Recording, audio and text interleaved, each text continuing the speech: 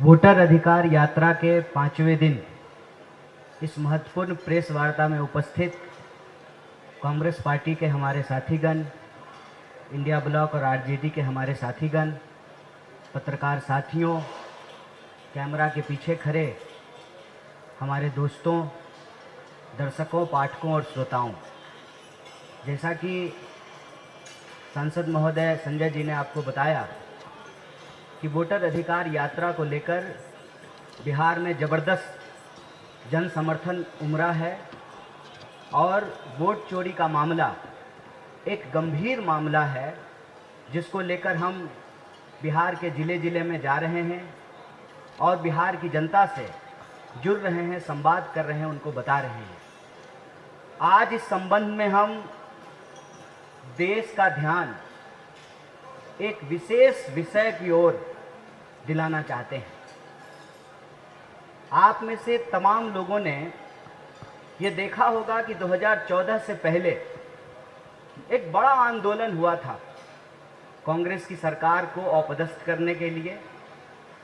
2G, 3G तमाम तरीके के आरोप कैग के एक अधिकारी, जो बाद में उन्होंने कहा कि यह तो राजनीतिक लाभ के लिए किया गया, और देश में एक माहौल बनाया गया कांग्रेस के खिलाफ।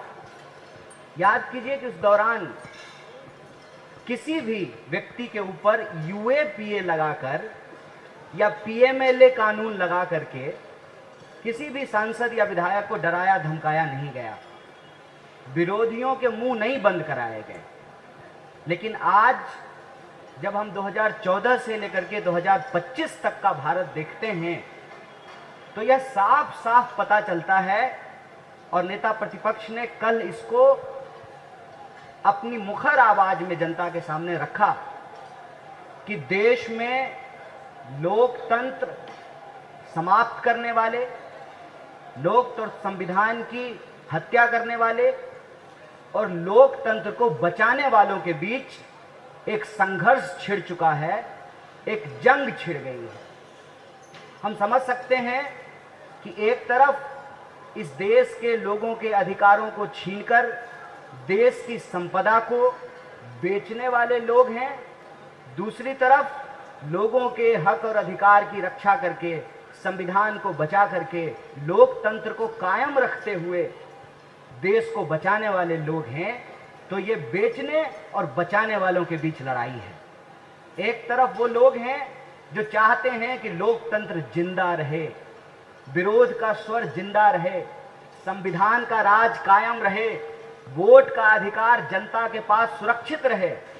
दूसरी तरफ वो लोग हैं जो देश की संवैधानिक संस्थाओं का गैर संवैधानिक इस्तेमाल करते हुए लोकतंत्र की हत्या कर रहे हैं। और यह बात हम इसलिए कह रहे हैं कि आप सबने देखा कि 2014 के बाद अमित शाह जी के शब्दों में एक क्रोनोलॉजी इस देश में देखने को मिलती है। पहले विरोधियों को डराया गया, धमकाया गया, झूठे मुकदमे करके जेलों में डाला गया। फिर जो MLA और MP थे, ED और CD और CBI के दम पे उनको अपने साथ मिलाने की कोशिश की गई और रिजॉर्ट का खेल शुरू हुआ।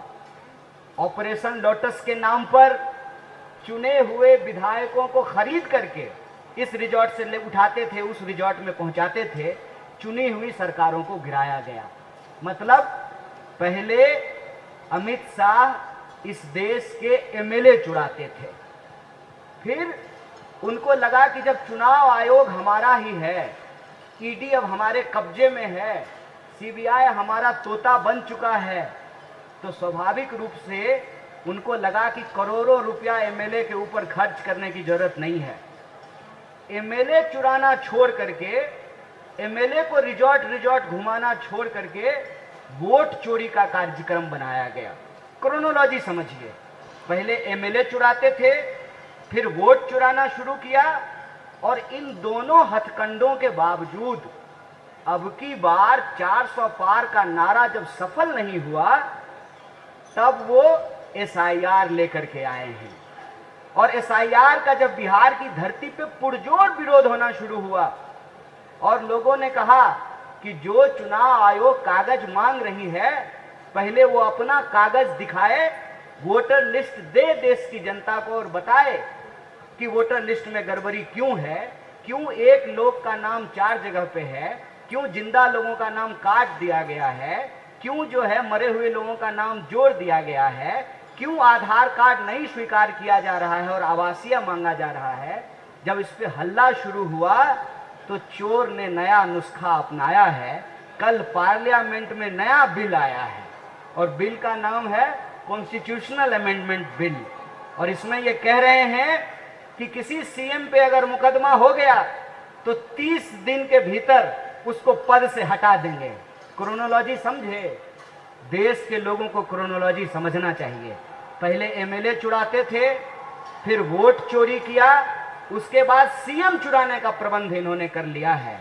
मतलब एन केन प्रकारेण यह इस देश में लोकतंत्र में आम लोगों के पास जो जनता के पास चुनने का अधिकार है उसको ये छीन लेना चाहते हैं। लोकतंत्र को ये लाठी तंत्र बना देना चाहते हैं। और यहाँ जो एक जरूरी बात है जिसपे हर नागरिक को, मैं कहता हूं कि भाजपा के समर्थकों और कार्यकर्ताओं को भी सोचने की जरूरत है कि जब सरकार ही चोरी से बनेगी तो वो जनता का काम ईमानदारी से नहीं करेगी। जब सरकार चोरी से बनेगी तो बेरोजगारी दूर नहीं करेगी। जब सरकार अपराधी चलाएंगे तो अपराधियों पे लगाम नहीं लगाया जाएगा। जब एमएलए एमपी को मालूम है कि जनता से वोट लेकर के एमपी एमएलए बनना ही नहीं है, जब सीएम को मालूम है कि प्रधानमंत्री और गृह मंत्री के कृपा पात्र से ही सीएम रहना है, तो बताइए वो आपका पलायन क्यों रोकेंगे, आपको नौकरी क्यों देंगे, आपको शिक्षा क्यों देंगे, आपके स्कूल और कॉलेज क्यों बनाएंगे, आपकी सड़कें क्यों बनाई जाएगी। यह जो तमाम सवाल है उन सवालों को लेकर के देश को गंभीर होने की जरूरत है, क्योंकि लोकतंत्र में सबसे बुनियादी अधिकार होता है वोट का अधिकार। अगर वोट का अधिकार ही हमारे पास नहीं है, मतलब हमारे पास रोजी रोजगार का भी अधिकार नहीं है, हमारे पास सुरक्षा का भी अधिकार नहीं है, हमारे पास शिक्षा का भी अधिकार नहीं है, हमारे पास स्वास्थ्य का भी अधिकार नहीं है।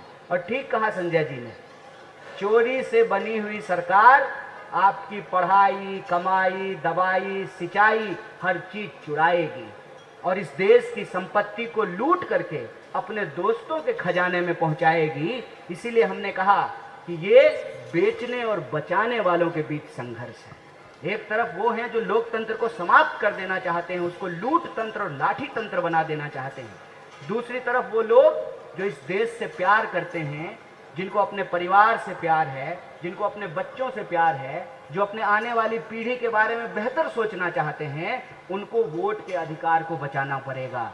क्योंकि वोट का अधिकार नहीं रहेगा तो ना आपके पास रोजगार रहेगा, ना नौकरी रहेगी, ना पेंशन रहेगा, आपके पास कोई अधिकार बचेगा ही नहीं। इसीलिए यह यात्रा वोट चोरी को रोकने की यात्रा है। यह यात्रा यह सुनिश्चित करने की यात्रा है कि लोकतंत्र में जनता का सेवक जनता के द्वारा चुने जाएंगे और यह एमपी एमएलए चुराना, फिर वोट चुराना और फिर सीएम चुराना और चोरों का जो यह शासन स्थापित करने की जो कोशिश है, इस कोशिश को हमको नाकाम करना पड़ेगा। और बड़ी उम्मीद है बिहार की धरती से, जिस तरीके से इंडिया ब्लॉक की तमाम पार्टियां एकजुट होकर के, उसके कार्यकर्ता एकजुट होकर के इतने बड़े कैंपेन में एकता के साथ चल रहे हैं। ऐसा लगता है कि 1947 से पहले जैसे आजादी के लिए संघर्ष किया जाता था, आज 2025 में उस प्राप्त आजादी को बचाने के लिए संघर्ष किया जा रहा है। इसीलिए हम लोग पूरी मुखरता से कह रहे हैं कि वोट चोरी को रोकना इसलिए जरूरी है ताकि बेरोजगारी की अकाउंटेबिलिटी तय हो सके। वोट चोरी को रोकना इसलिए जरूरी है ताकि किसानों को उनके फसल का दाम मिल सके।